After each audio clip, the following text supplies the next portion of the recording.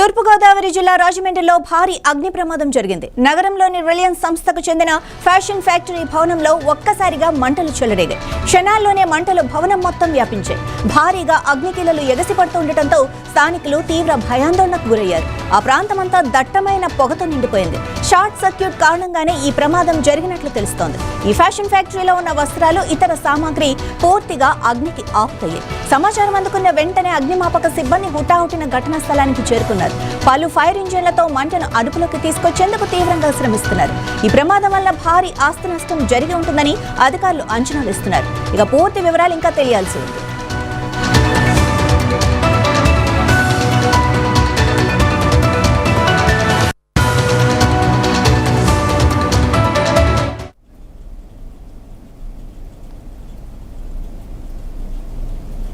ఇదే విషయానికి సంబంధించి మరింత సమాచారం మా ప్రతినిధి వర్మ అందిస్తారు. వర్మ, అసలు ఏం జరిగింది? ఎలా మంటలు అంటుకున్నాయి?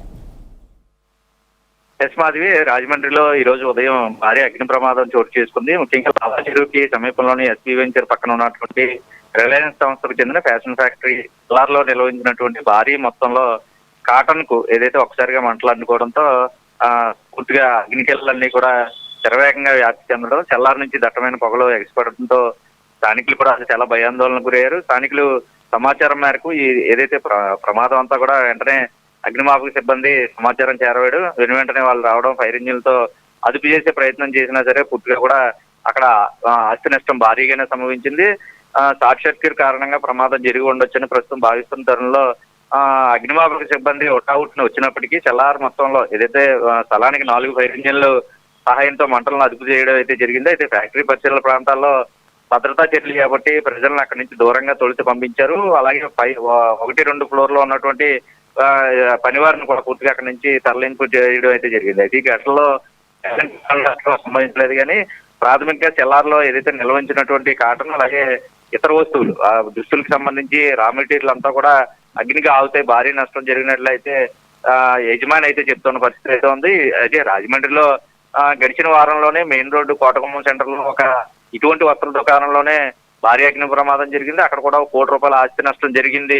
ఆ ఘటన మరొక ముందే మరో ఘటన చోటు చేసుకోవడంతో ప్రస్తుతం ఆందోళన కలిగిస్తున్న పరిస్థితులు అయితే ఉన్నాయి. వరుసగా అగ్ని ప్రమాదాలు జరుగుతుండటంతో భవనాల్లో విద్యుత్ వ్యవస్థల నిర్వహణ అలాగే అగ్నిమాపక సంబంధించి భద్రతా ప్రమాణాలు కూడా సరిగ్గా ఎవరో పాటించట్లేదు.